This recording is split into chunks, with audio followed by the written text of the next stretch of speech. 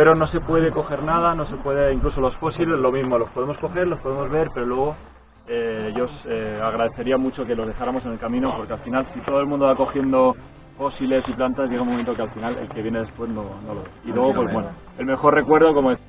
No le acerques mucho porque ellos sueltan unos pelitos que luego tú lo tocas y si luego vas a la cara o lo que sea, te va a picar, ¿eh?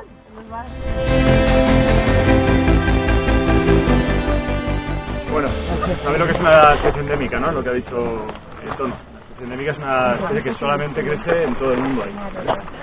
Pero, por ejemplo, ¿sabéis cómo se ha formado una especie endémica aquí, por ejemplo? El cantuoso, que es el tipo moderi, ¿vale? El tomillo alicantino. Tomillo alicantino. ¿Vale? ¿Sabéis cómo se puede formar una... o cómo ¿sabéis cuál es el proceso de especiación? ¿Cómo se crean las especies? De repente aparece un erizo, así de la nada, de otra especie. Bueno, pues la especiación ocurre, por ejemplo, de la siguiente forma. Imaginaos dos valles colindantes, donde en un sitio crece una planta, un tipo de planta, y en el otro valle que tiene otras condiciones, pues crece un tipo de planta diferente, ¿vale? Esas plantas se pueden ir pasando de un sitio a otro. La fila. Las especies van pasando de un valle a otro, lo que pasa que esa especie de un valle no crece en el otro, ¿por qué? Porque ese valle está en buen estado y las especies que vienen nuevas no pueden colonizarlo porque los recursos ya están cogidos, ¿vale? Pero en un momento determinado esa especie de uno de los valles consigue tener una pequeña comunidad en ese valle nuevo y consigue sobrevivir. Van pasando los años, pero las condiciones de los valles son diferentes. Y esa planta está adaptada a vivir en su valle, no en el valle nuevo, ¿vale? En ese nuevo valle esa planta consigue sobrevivir y con el paso de los tiempos, con el tiempo, con la reproducción y el intercambio genético, lo que consigue es que esa especie se diferencia de sus congéneres anteriores, ¿vale? Unas características especiales. Más o menos son iguales, pero al final se empiezan a diferenciar porque necesitan a lo mejor aprovechar mejor el agua que en el otro valle, que tenían más agua y en este menos, ¿vale? Y llega un momento que esas dos especies, cuando dejan de poder reproducirse entre ellas, bueno, esa misma especie cuando deja de poder reproducirse con las especies anteriores, ya consideramos que son especies diferentes, ¿vale? Es decir, que todo esto se hace por aislamiento geográfico, generalmente, ¿de acuerdo? Más que por mutaciones esporádicas. Por eso la mayoría de endemismos aparecen, por ejemplo, en las Islas Canarias, o cualquier isla tiene un montón de endemismos, por el aislamiento precisamente geográfico que puede tener una isla.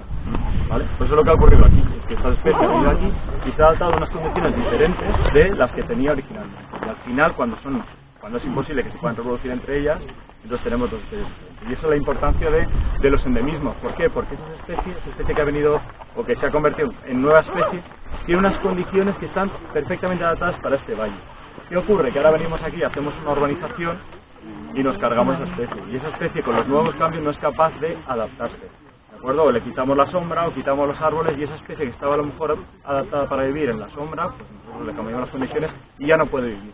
Porque los endemismos tienen una cosa curiosa, es que están especializados en eso, en esas características, ¿vale? Que es diferente de una especie que vive en una zona con una extensión muy grande. Esa especie está acostumbrada a muchos tipos de vida diferentes. Pero esta, como se ha conseguido adaptar en una zona muy pequeñita y es nueva, ¿de acuerdo? Son especies muy delicadas y por eso necesitamos hacer microreservas de flora y fauna, ¿vale? Porque cualquier factor que se altere puede poner en peligro las poblaciones endémicas que tenemos aquí, como lo ha dicho en el exceso de urbanización, o sobre todo también el ajardinamiento de las urbanizaciones. Muchas plantas exóticas que estamos plantando en nuestras urbanizaciones, el pajarito se come la semilla, hace aquí su excremento y sale una especie invasora que pone en peligro la especie endémica.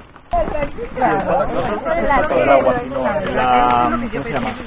El remolino. El giro que hace el agua aquí detrás está generando una erosión diferente a la que tenemos aquí, ¿vale? Y esto tiene relación con el nombre que tiene la ruta.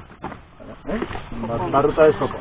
Sí. Ahora comparado con lo que es el mar a la hora de producir. Pues el Mediterráneo actúa exactamente lo mismo, ¿de acuerdo? Tenemos unas auténticas praderas espectaculares, desde los 2 metros, hasta los, en algunos casos, hasta 50 metros de pradera que está produciendo aquí. Pues eso es la posidonia. La posidonia, como también crece en zonas someras, es decir, en zonas poco profundas, cuando hay un temporal, vienen a las costas, y eso lo habréis visto vosotros, ¿verdad? Cuando vamos a las playas y están llenas de algas, ¿no? Que decimos, esto está lleno de algas.